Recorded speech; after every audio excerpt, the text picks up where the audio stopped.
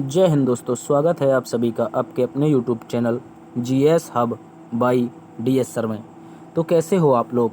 उम्मीद करता हूं आप सब अच्छे होंगे।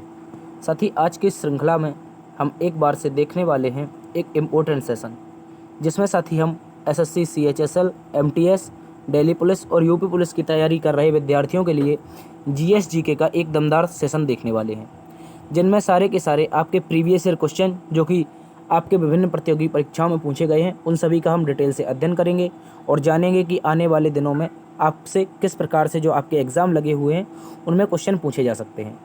तो आप सभी से निवेदन है, आप लोग जुड़े रहेंगे और एक बार से सेशन को दोस्तों में शेयर कर देंगे, ताकि जो भी विद्यार्थी आपके SSC, CHSL, MTS, Delhi police और यूपी पुलिस की तैयारी कर रहा है, तो उसके लिए ये दमदार सेशन होने वाला है। तो आप लोगों से निवेदन है, आप लोगों को दोस्तों में सेशन को शेयर करना है। यदि आपने अभी तक चैनल को सब्सक्राइब नहीं किया है तो ये रहा हमारा चैनल, इसको जा करके आप सर्च करिए और चैनल को सब्सक्राइब कर लीजिए, ज़्यादा से ज़्यादा दोस्तों में शेयर करिए। चलते हैं आज के पहले प्रश्न की तरफ। आज का मोटिवेशन कोट जो आपको ऊर्जावान बनाएगा और मंजिल के प्रति जागरूक रखेगा।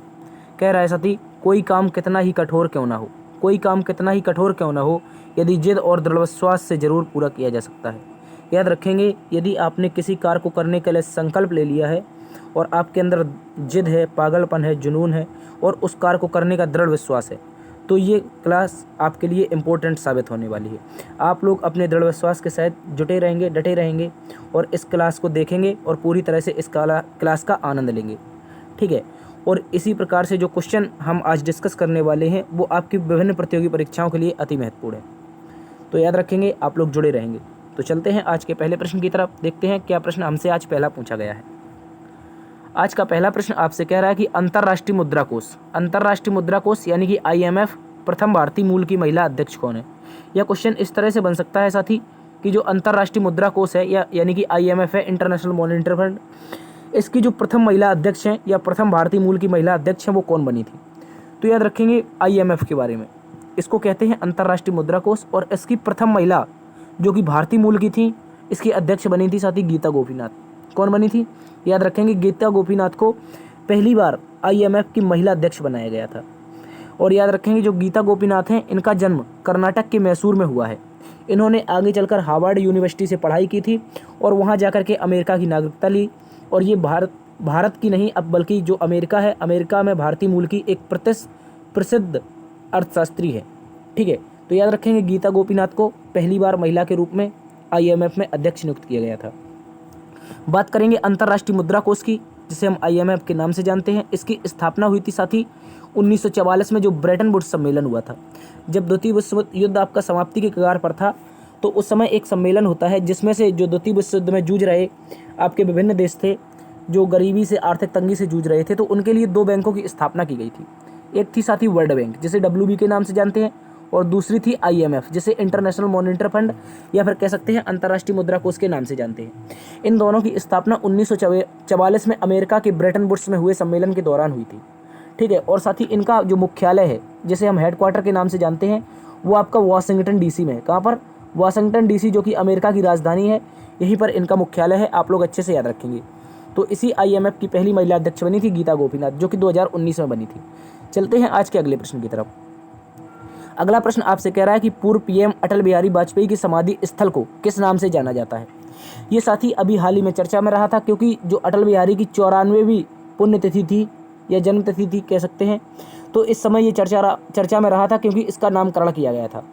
तो जो अटल बिहारी वाजपेयी थे साथी, ये आपके भारत के पूर्व प्रधानमंत्री थे। आपने सुना होगा, जब भारत पाकिस्तान का युद्ध हुआ था तो उस समय इनका नारा एक प्रचलित हुआ था, जिसमें इन्होंने कहा था कि हम तो एक परमाणु अटैक झेल लेंगे, लेकिन जो पाकिस्तान है वो कल का सूरज नहीं देखेगा, ठीक है। तो इसीलिए इनका जो समाधि स्थल है, इनका नाम बताया गया है, इसका नाम रखा गया है कि सदैव अटल, क्योंकि अटल जी जो थे वो अपनी बात पर अटल रहते थे, ठीक है। तो आपको याद रखना है, जो समाधि स्थल है इनका, इसका नाम रखा गया है सदैव अटल। साथ ही ये कहाँ पर स्थित है? दिल्ली में जो राजघाट है, राजघाट के पास शांतिवन है और शांतिवन के पास ही ये स्थित है, ठीक है। इसको याद रखेंगे। बात की जाए महात्मा गांधी जी के समाधि स्थल की, जो कि बहुत इंपॉर्टेंट है, एग्जाम में पूछा जाता है, इसको याद रखेंगे, राजघाट के नाम से जानते हैं। देखो अभी हमने डिस्कस किया था, जो राजघाट है यहाँ पर आपका महात्मा गांधी का है, उसी के साथ शांतिवन जो कि पंडित जवाहरलाल नेहरू का है, और उसी के साथ आपके बगल में है सदैव अटल, ठीक है, इंपॉर्टेंट है, याद रखेंगे। इसके अलावा लाल बहादुर शास्त्री का समाधि स्थल पूछा जाता है क्योंकि ये इंपॉर्टेंट प्रधानमंत्री थे, और इनके समाधि स्थल को हम विजय घाट के नाम से जानते हैं क्योंकि जो आपका 1965 का भारत पाकिस्तान युद्ध हुआ था, इस पाकिस्तान भारत युद्ध में इन्होंने विजय दिलवाई थी भारत को, इसलिए इनका जो समाधि स्थल है उसे विजय घाट नाम दिया है। जबकि पंडित जवाहरलाल नेहरू का जो समाधि स्थल है इसे शांतिवन के नाम से जानते हैं, जो कि राष्ट्रीय राजधानी दिल्ली में स्थित है। ठीक है, इन सभी को आपको अच्छे से याद रखना है, जो कि एग्जाम में आपके क्वेश्चन पूछे जाते हैं, वो इंपॉर्टेंट साबित होंगे। अगला प्रश्न आपसे कह रहा है कि मादा लिंग हार्मोन में किस नाम से जाना जाता है। जो साथी मादा लिंग हार्मोन होते हैं इनको किस नाम से जाना जाता है। तो साथी जो मादाएं होती हैं इन यानी कि जो मादा होती है उसमें 3 प्रकार के आपके हार्मोन पाए जाते हैं। उनमें से आपका पहला हो जाता है एस्ट्रोजन, तथा दूसरा होता है प्रोजेस्टेरोन, तथा तीसरा टेस्टोस्टेरोन। ठीक है, ये 3 प्रकार के हार्मोन पाए जाते हैं। इनमें से जो सबसे महत्वपूर्ण है, जो आपके माता बनने के समय उपयोगी होता है, किसके समय, याद रखेंगे, माता बनने के समय जो उपयोगी हार्मोन होता है, जो दर्द निवारक होता है, उसे हम कहते हैं साथी एस्ट्रोजन हार्मोन कहते हैं। क्या कहते हैं, एस्ट्रोजन हार्मोन कहते हैं। इंपॉर्टेंट है, याद रखेंगे। जब कोई माता बनती है तो उसके लिए ये हार्मोन बनना बहुत ज़रूरी है, क्योंकि आपने देखा होगा आधुनिक समय में सर्जरी के माध्यम से बच्चे होते हैं। आपने देखा होगा कि आपके आस पड़ोस में ही देखा होगा कि कोई किसी को बच्चा हुआ तो उसको हॉस्पिटल में हुआ, तो उसका मुख्य कारण है कि जो वो महिलाएं हैं हॉस्पिटल में बच्चा हो रहा है, उनमें से आपका जो एस्ट्रोजन हार्मोन है, ये जो एस्ट्रोजन हार्मोन है इसका निर्माण सही से नहीं हो रहा है। तो याद रखेंगे, जिस महिला में एस्ट्रोजन हार्मोन का निर्माण सही से होगा उसका बच्चा कभी हॉस्पिटल में नहीं होगा, उसका बच्चा हमेशा घर में ही हो जाएगा। ठीक है, तो याद रखेंगे एस्ट्रोजन हार्मोन माता बनने में सहयोगी होता है। जबकि याद रखेंगे एस्ट्रोजन हार्मोन यहाँ पर लिखा है कि महिलाओं के लिए सामान्य प्रजनन विकास दर में महत्वपूर्ण भूमिका निभाता है, इसको हमने आपको बता दिया। इसके अलावा क्वेश्चन बनना चाहिए कि नर लिंग में कौन से हार्मोन पाए जाते हैं। यहाँ पर बात थी मादा लिंग की, तो नर लिंग में भी कोई हार्मोन पाया जाता होगा। तो याद रखेंगे इसमें पाया जाता है टेस्टोस्टेरोन। क्या पाया जाता है, टेस्टोस्टेरोन। ये मादा में भी पाया जाता है और नर में भी पाया जाता है। देखो साथी, यदि नर में ये टेस्टोस्टेरोन हार्मोन नहीं पाया जाएगा तो कोई भी पुरुष कभी पिता नहीं बन सकता है। ठीक है, तो आप समझ सकते हैं कि जो टेस्टोस्टेरोन हार्मोन है वो मनुष्य के लिए कितना इंपॉर्टेंट है, और ये मनुष्य के जो अंडकोश होता है इसमें पैदा होता है। ठीक है, आप लोग इसको अच्छे से याद रख सकते हैं। ये क्वेश्चन आपसे एसएससी पूछता है, यदि बायो से क्वेश्चन आएगा तो इससे क्वेश्चन जरूर बनता है। ठीक है, एक अच्छी परीक्षा के लिए अच्छा क्वेश्चन है, इसको आप लोग अच्छे से याद रखेंगे। चलते हैं अगले प्रश्न की तरफ। अगला प्रश्न कह रहा है चाक का रासायनिक नाम क्या होता है। इस तरह से क्वेश्चन आया था, तो याद रखेंगे चाक का रासायनिक की बात की जाए, इसका नाम क्या होता है। इसको साथ ही हम कैल्शियम कार्बोनेट के नाम से जानते हैं। किस नाम से, याद रखेंगे, कैल्शियम कार्बोनेट के नाम से चौक को जानते हैं।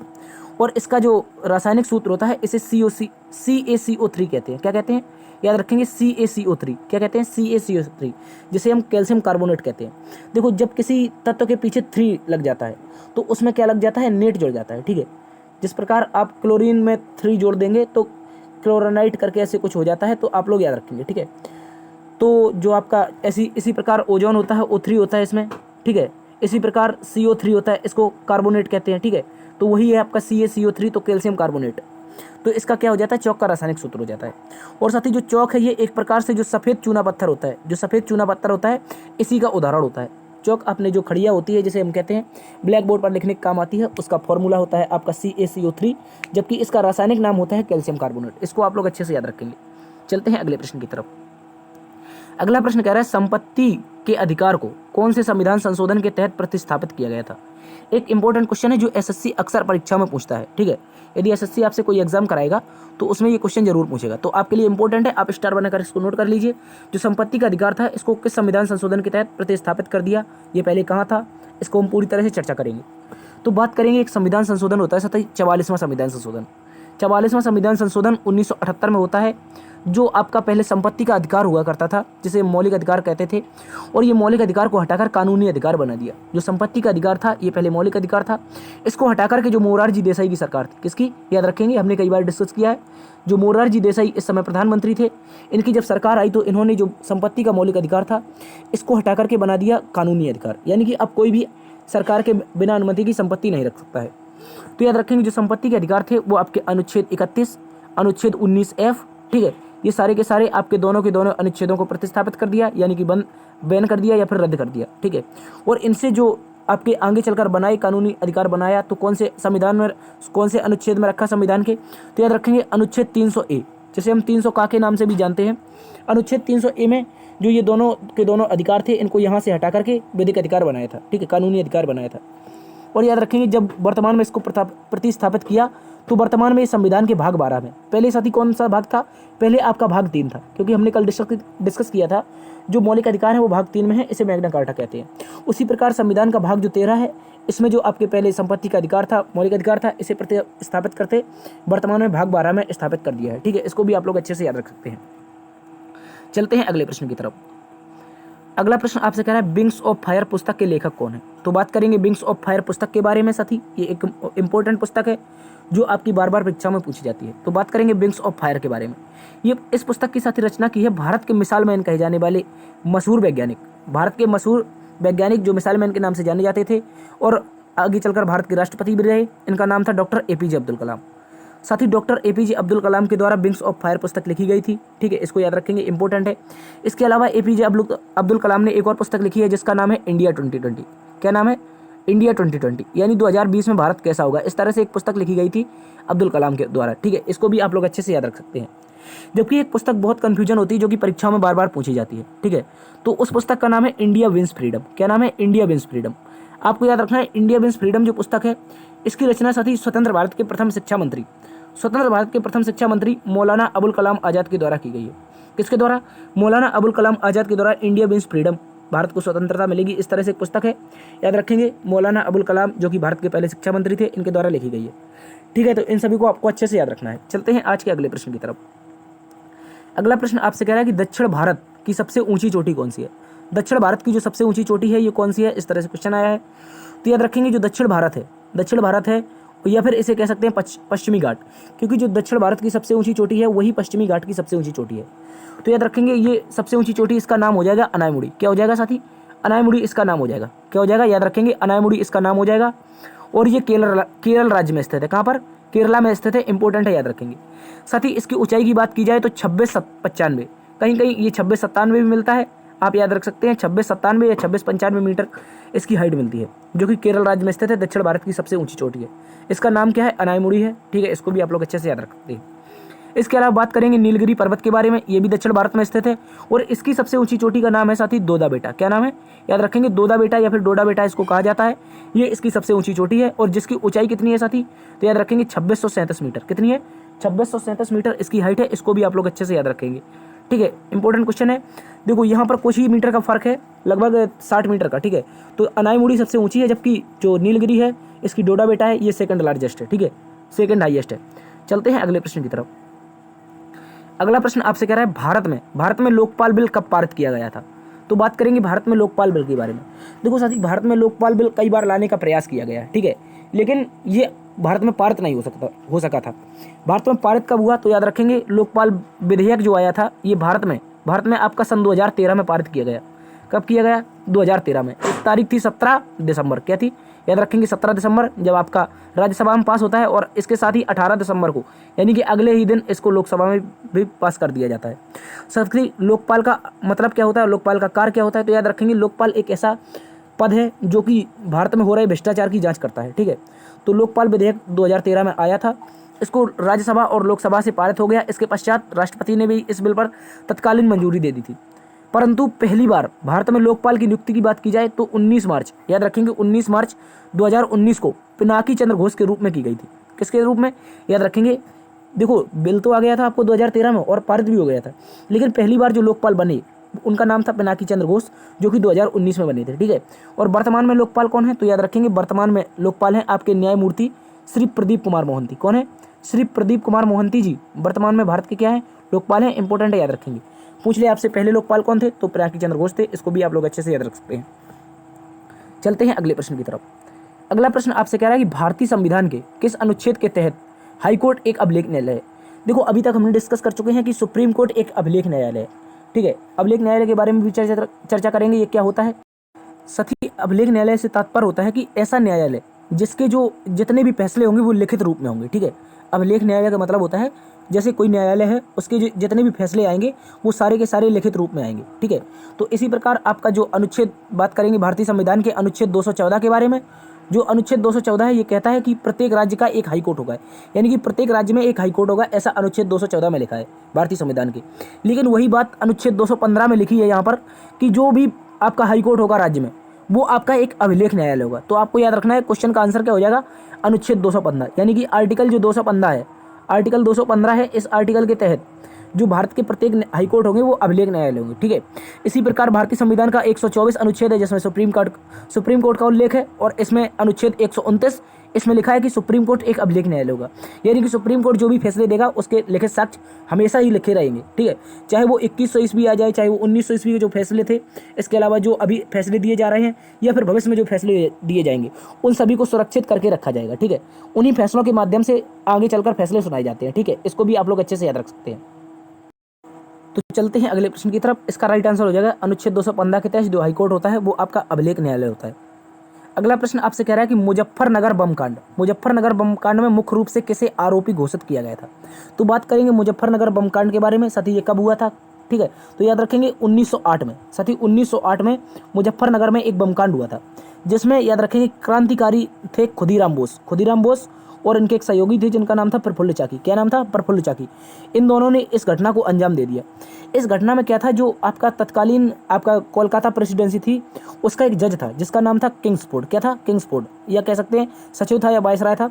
तो किंग्सफोर्ड को क्या करना था, इन लोगों को मारना था, यानी कि किंग्सफोर्ड को मारने की एक योजना बनाई थी इन्होंने, जिसमें किंग्सफोर्ड के साथ उसकी जो बग्गी थी उसमें 2 यूरोपीय महिलाएं शामिल थी जो कि इस घटना में मारी गई थी, ठीक है। किंग्सफोर्ड तो बच गया था हालांकि, लेकिन जो उसके साथ में जो महिलाएं थी या कह सकते हैं उसकी जो प्रेमिकाएं थी वो दोनों इसमें मारी गई थी, ठीक है। इसको भी आप लोग अच्छे से याद रख सकते हैं। और इसी के साथ एक केस चला था मुजफ्फरनगर बम कांड केस। तो इसमें से साथ ही जो मुख्य आरोपी थे वो खुदीराम बोस बने थे। कौन बने थे? याद रख सकते हैं आप लोग, खुदीराम बोस। क्योंकि जो प्रफुल्ल चाकी था, जो आपका प्रफुल्ल चाकी था, इसने जब बम फेंका तो इसके बाद आत्महत्या कर दी थी। तो बचे खुदीराम बोस। तो खुदीराम बोस को इसमें क्या बनाया गया था? मुख्य आरोपी घोषित किया गया था, ठीक है। इंपॉर्टेंट क्वेश्चन है, याद रखेंगे। और किंग्सफोर्ड को मारने की इन्होंने कोशिश की थी, हालांकि किंग्सफोर्ड आपका मारा नहीं था, ठीक है। चलते हैं अगले प्रश्न की तरफ। अगला प्रश्न आपसे कह रहा है कि भारत में पर्यावरण संरक्षण अधिनियम कब पारित किया गया? तो याद रखेंगे, भारत में पर्यावरण जो संरक्षण अधिनियम था वो आपका अनुच्छेद 253 के तहत, याद रखेंगे। क्वेश्चन पूछ सकता है कि पर्यावरण से संबंधित अनुच्छेद कौन सा है, तो याद रखना है आपको अनुच्छेद 253 है, ठीक है। इसके तहत आपके पर्यावरण संरक्षण अधिनियम भारत की संसद में 1986 में पारित किया गया था। कब किया गया था? 1986 में। भारत की संसद में जो आपका पर्यावरण संरक्षण अधिनियम आया था भारत के लिए, वो 1986 में आया था। जबकि याद रखेंगे जो संयुक्त राष्ट्र सभा है, जो संयुक्त राष्ट्र महासभा है, इसके द्वारा 1972 में एक सम्मेलन होता है जिसको स्टॉकहोम सम्मेलन के नाम से जानते हैं। इस स्टॉकहोम सम्मेलन के तहत प्रतिवर्ष 5 जून को पर्यावरण दिवस मनाने की बात की गई थी। किसके द्वारा? आपके संयुक्त राष्ट्र महासभा के द्वारा। स्टॉकहोम सम्मेलन जो कि 1972 में हुआ था, इसके द्वारा पर्यावरण की दिवस मनाने की घोषणा की गई थी। और इसी दौरान यूएनईपी की स्थापना हुई थी। किसकी? यूएनईपी की। यूएनईपी का मतलब होता है साथी यूनाइटेड नेशन एनवायरनमेंट प्रोग्राम। क्या होता है?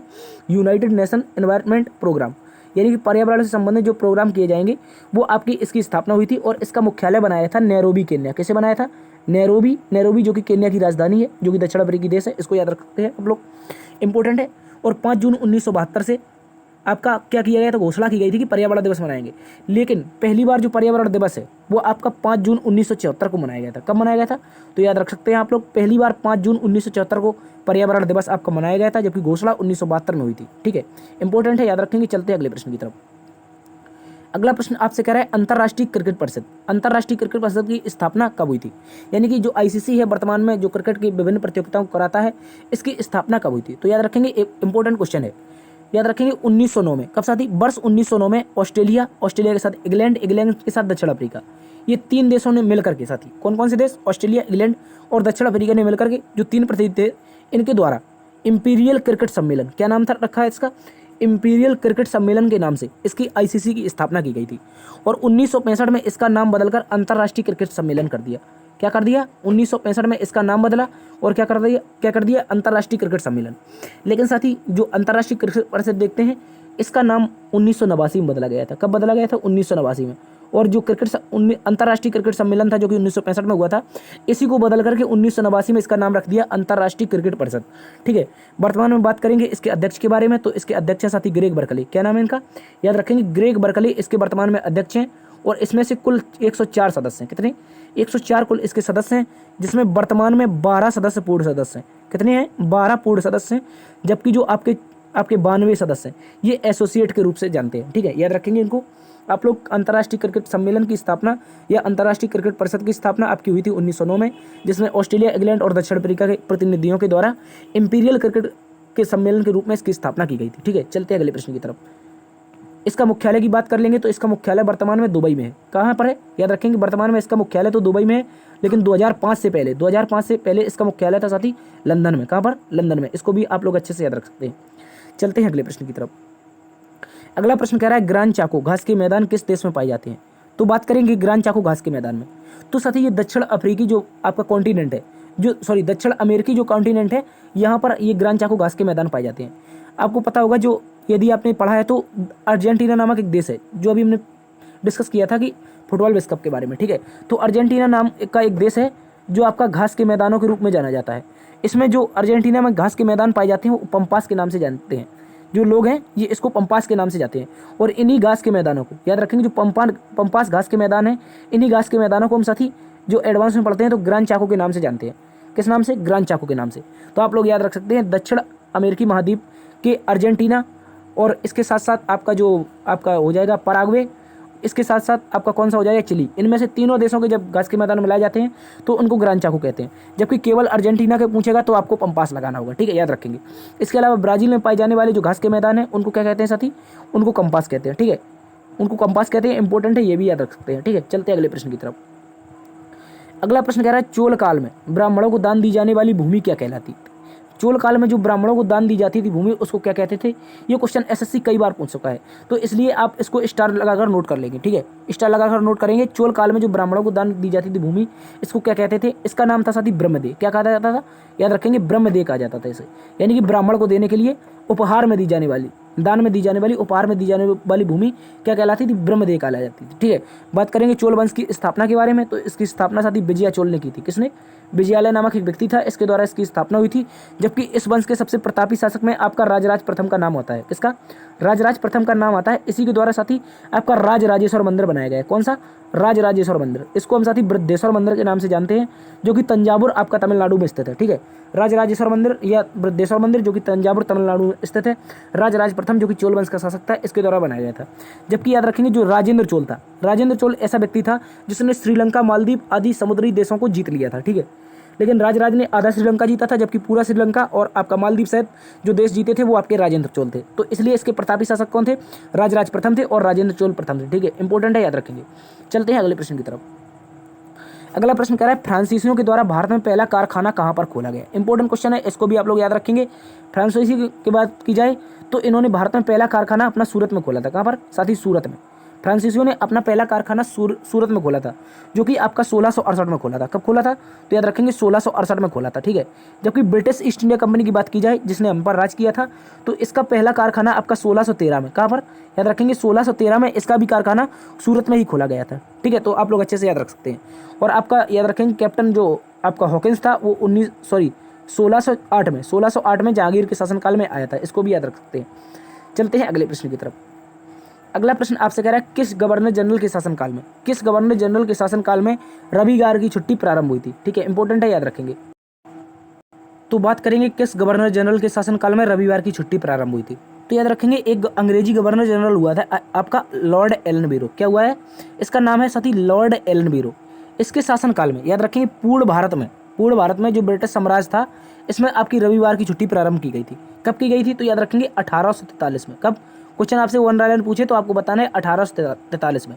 1843 में आपकी पहली बार आपकी संडे की छुट्टी प्रारंभ की गई थी।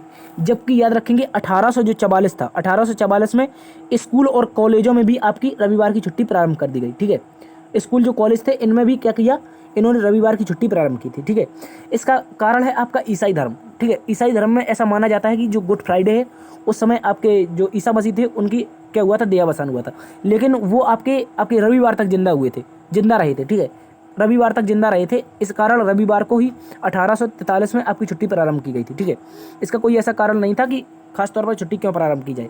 लेकिन उन्होंने आपके इंग्लैंड में की, तो इसी कारण इंग्लैंड का जो कॉलोनी थी वो भारत था, भारत में भी इसी के तहत आपकी रविवार की छुट्टी प्रारंभ कर दी गई। ठीक है, तो याद रखेंगे आप लोग। और एरन बीरो के बारे में एक बात और याद रखना है, इसके शासनकाल में साथी भारत में दास प्रथा का अंत हुआ था। ये इंपॉर्टेंट पॉइंट है, इसको नोट कर सकते हैं आप लोग। ठीक है, संडे की छुट्टी की बात की जाए तो भी इसी के शासनकाल में हुई है एलन बीरो के। लेकिन दास प्रथा से जो संबंधित इंपॉर्टेंट है, क्वेश्चन पूछ सकता है कि दास प्रथा का अंत किस गवर्नर जनरल के शासनकाल में हुआ, तो याद रखेंगे आप लॉर्ड एलन बीरो। ठीक है, यही 2 पॉइंट इसके बारे में याद रखने हैं। चलते हैं अगले प्रश्न की तरफ। अगला प्रश्न कह रहा है कि भारत छोड़ो आंदोलन के समय, भारत छोड़ो आंदोलन के समय भारत का वायसराय कौन था। एक इंपॉर्टेंट क्वेश्चन है, इसको भी आप लोग अच्छे से याद रखेंगे। तो 1942 आपको याद रखना है, 1942 के बारे में जब भारत में भारत छोड़ो आंदोलन की शुरुआत हुई थी, तो उस समय भारत का वायसराय था आपका लिनलिथगो। कौन था? Lord Linlithgow. इंपॉर्टेंट है, याद रखेंगे। लॉर्ड लिनलिथगो इस समय भारत का वायसराय था, जबकि सविनय अवज्ञा आंदोलन के समय भारत का वायसराय कौन था? लॉर्ड इरविन था। ये सीधा वन लाइनर में क्वेश्चन पूछे जाते हैं आपसे। जो आप परीक्षाओं की तैयारी कर रहे हैं वो सीधे के सीधे ऑप्शन देकर क्वेश्चन पूछेगा, सविनय अवज्ञा आंदोलन के समय वायसराय कौन था, या फिर भारत छोड़ो आंदोलन के समय वायसराय कौन था, या फिर असहयोग आंदोलन के समय वायसराय कौन था। तो बात करेंगे असहयोग आंदोलन के समय के बारे में, तो इस समय वायसराय था आपका चेम्सफोर्ड। कौन था? चेम्सफोर्ड। और जब हम आज़ाद हुए थे, यानी कि हमें आज़ादी मिली, तो इस समय वायसराय था साथी लॉर्ड माउंटबेटन। क्या था? माउंटबेटन। और यही माउंटबेटन है साथी, इसको हम छबीला राजकुमार कहते हैं। क्या कहते हैं? छबीला राजकुमार। इसे छबीला राजकुमार कहा जाता है। ये भी आप लोग अच्छे से याद रख सकते हैं। जो लॉर्ड माउंटबेटन है, इसे छबीला राजकुमार के नाम से जाना जाता है। इंपॉर्टेंट है, याद रखेंगे। चलते हैं अगले प्रश्न की तरफ। अगला प्रश्न आपसे कह रहा है कतर फुटबॉल विश्व कप। अभी हमने डिस्कस किया था अर्जेंटीना के बारे में, फिर से जानेंगे उसके बारे में। तो कतर फुटबॉल विश्व कप 2022 का उप विजेता कौन रहा? यहाँ पर क्या पूछा है? उप विजेता पूछा है, यानी कि रनर अप। क्या पूछा है आपसे? यह पूछ सकता है उप विजेता, या पूछ सकता है रनर अप। तो याद रखेंगे, इसका एक ही मतलब होता है। तो इसका उप विजेता रहा था साथी आपका फ्रांस। क्या रहा था? याद रखेंगे, फ्रांस इसका उप विजेता रहा था। ठीक है, फ्रांस देश क्या रहा था? उप विजेता। ठीक है, यहाँ पर मिसटाइपिंग है, उप विजेता आप लिख लेंगे। ठीक है, जबकि विजेता की बात की जाए, देखो यहाँ पर लिखा है कि विजेता देश आपका अर्जेंटीना था, जबकि उप विजेता देश क्या था? आपका फ्रांस था। ठीक है, और यह अर्जेंटीना के द्वारा तीसरा फुटबॉल विश्व कप जीता गया था। और अभी हमने देखा था कि जो अर्जेंटीना में घास के मैदान है वो क्या कहलाते हैं? पंपास कहलाते हैं। ठीक है, पंपास कहलाते हैं। जबकि संयुक्त रूप से चिली, अर्जेंटीना और आपके जो आपका पराग्वे है, उरुग्वे है, इनमें से जो घास के मैदान पाए जाते हैं वो ग्रान चाको कहलाते हैं। ठीक है, और पंपास कहाँ पर? केवल अर्जेंटीना में। लेकिन बात करेंगे फुटबॉल विश्व कप की, देख रहे थे, तो फुटबॉल विश्व कप का विजेता रहा अर्जेंटीना, और तीसरी बार अर्जेंटीना ने खिताब जीता है। ये कौन सा खिताब? अर्जेंटीना का यह तीसरा खिताब है, ये याद रखेंगे। इसके साथ सर्वश्रेष्ठ प्लेयर क्वेश्चन पूछ सकता है आपसे। सर्वश्रेष्ठ प्लेयर जो आपका प्लेयर था, इसका अवार्ड कैसे मिला है? तो एक कप्तान है अर्जेंटीना के, इनका नाम है लियोनेल मेसी। क्या नाम है? लियोनेल मेसी नामक खिलाड़ी हैं, इनको क्या मिला है? सर्वश्रेष्ठ फुटबॉलर का अवार्ड मिला है। ठीक है, और जो विश्व कप का सर्वश्रेष्ठ फुटबॉलर बना है वो आपका लियोनेल मेसी बना है। ठीक है, चलते हैं अगले प्रश्न की तरफ, इसको भी आप लोग अच्छे से याद रखेंगे। अगला प्रश्न कह रहा है 1969 में कितने बैंकों का राष्ट्रीयकरण किया गया था? ये क्वेश्चन आया था। ये क्वेश्चन आपका पीईटी याद रख सकते हैं आप लोग। पीईटी जो उत्तर प्रदेश पैट की परीक्षा हुई थी, जो आपकी 2022 में, इसमें भी पूछा गया था। इसके साथ जो आपकी वन रक्षक परीक्षा हो रही है, अभी वन रक्षक परीक्षा हो रही है, ताज़ा क्वेश्चन अभी हाल ही में एमपी में पूछा गया है, जेल प्रहरी और वन रक्षक के बारे में। ठीक है, इसको आप लोग अच्छे से याद रखेंगे, इंपॉर्टेंट है। तो बात करेंगे 1969 में कितने बैंकों का राष्ट्रीयकरण हुआ। इस समय याद रखना है आपको, सरकार थी इंदिरा गांधी की। किसकी? इंदिरा गांधी की इस समय सरकार थी, और इस समय इंदिरा गांधी जी के द्वारा 14 बैंक, कितने? 14 बैंकों का राष्ट्रीयकरण किया गया था। ठीक है, और बात करेंगे भारत में पहली बार कौन सी बैंक का राष्ट्रीयकरण हुआ, तो पहली बार रिजर्व बैंक ऑफ इंडिया, जिसे हम आरबीआई के नाम से जानते हैं, इसका राष्ट्रीयकरण किया गया था, जिसकी स्थापना 1934 के अधिनियम से, जो हेनरल यंग अधिनियम था, इसकी स्थापना हुई थी 1935 में। इसी बैंक को, इसको रिजर्व बैंक ऑफ इंडिया को आपका 1949 में, 1 जनवरी 1949 में राष्ट्रीयकरण कर दिया था। ठीक है, इसको भी याद रखेंगे। इसके बाद 1955 में आपका स्टेट बैंक ऑफ इंडिया, जिसे हम एसबीआई नाम से जानते हैं, इसका भी क्या हुआ? राष्ट्रीयकरण हुआ। ठीक है, इसको भी याद रखेंगे। चलते हैं अगले प्रश्न की तरफ। अगला प्रश्न आपसे कह रहा है 1923 में किसके द्वारा स्वराज पार्टी की स्थापना की गई थी। तो ये भी इंपॉर्टेंट है, याद रखेंगे। 1923 में साथी क्यों हुई थी स्थापना, ये भी जानेंगे, और किसने की थी ये भी जानेंगे। तो याद रखेंगे क्यों हुई थी। सबसे पहले तो जब साथी देखो, महात्मा गांधी जी ने एक असहयोग आंदोलन चलाया था, तो इसमें से बहुत सारे वकील थे जिन्होंने अपनी क्या छोड़ दी? वकालत छोड़ दी। उन्हीं में से एक थे मोतीलाल नेहरू और चित्तरंजन दास। क्या नाम था? चित्तरंजन दास और मोतीलाल नेहरू। इन दोनों ने भी साथी अपनी क्या छोड़ दी? वकालत छोड़ दी थी, क्योंकि वो चाहते थे कि हमने वकालत छोड़ दी है और गांधी जी ने असहयोग आंदोलन चलाया है, अंग्रेज चले जाएंगे और हम आज़ाद हो जाएंगे। इसी के साथ क्या करेंगे? हम भारत पर अपना शासन करेंगे, अपने देशवासियों को संभालेंगे।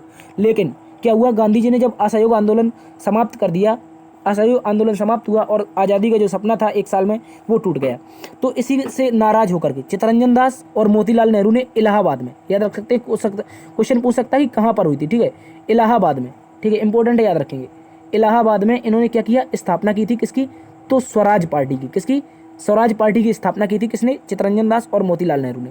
कांग्रेस से अलग होकर स्वयं की निजी स्वराज पार्टी की स्थापना की और इसका साथ ही पूरा नाम था कांग्रेस खिलाफत स्वराज पार्टी, क्योंकि ये तो कांग्रेस से ही नाराज थे, क्योंकि गांधी जी कांग्रेस में थे और गांधी जी ने असहयोग आंदोलन बंद कर दिया था, तो ये कांग्रेस से पूरे ही नाराज हो गए थे। तो इन्होंने पार्टी की स्थापना की थी कांग्रेस खिलाफत स्वराज पार्टी, ठीक है, इंपॉर्टेंट है, याद रखेंगे। और इसके प्रथम अध्यक्ष कौन बने थे, तो चित्तरंजन दास बने थे, जबकि प्रथम सचिव की बात करेगा, प्रथम सचिव कौन थे, तो मोतीलाल नेहरू थे। ये भी आप लोगों को अच्छे से याद रखना है, ठीक है, इंपॉर्टेंट क्वेश्चन है, इसको भी आप लोग अच्छे से याद रखेंगे। तो ये थी साथी आज की क्लास। उम्मीद करता हूँ आज की क्लास और आपको ये एनालिसिस जो आप करवा रहे हैं ये आपको पसंद आ रहा होगा। यदि पसंद आ रहा है तो आपसे निवेदन है कि एक बार से सेशन को लाइक कर दीजिए, दोस्तों में आपको सेशन को शेयर करना है ज़्यादा से ज़्यादा, और चैनल पर नए हैं तो सब्सक्राइब जरूर कर लें। देखते रहिए GS hub by DS sir. मिलते हैं कल इसी समय, अपना ख्याल रखना। आज भी क्लास माफ़ी चाहेंगे आपकी लेट हो गई है आवश्यक कारणों के चलते। मिलते हैं कल, ख्याल रखना। जय हिंद।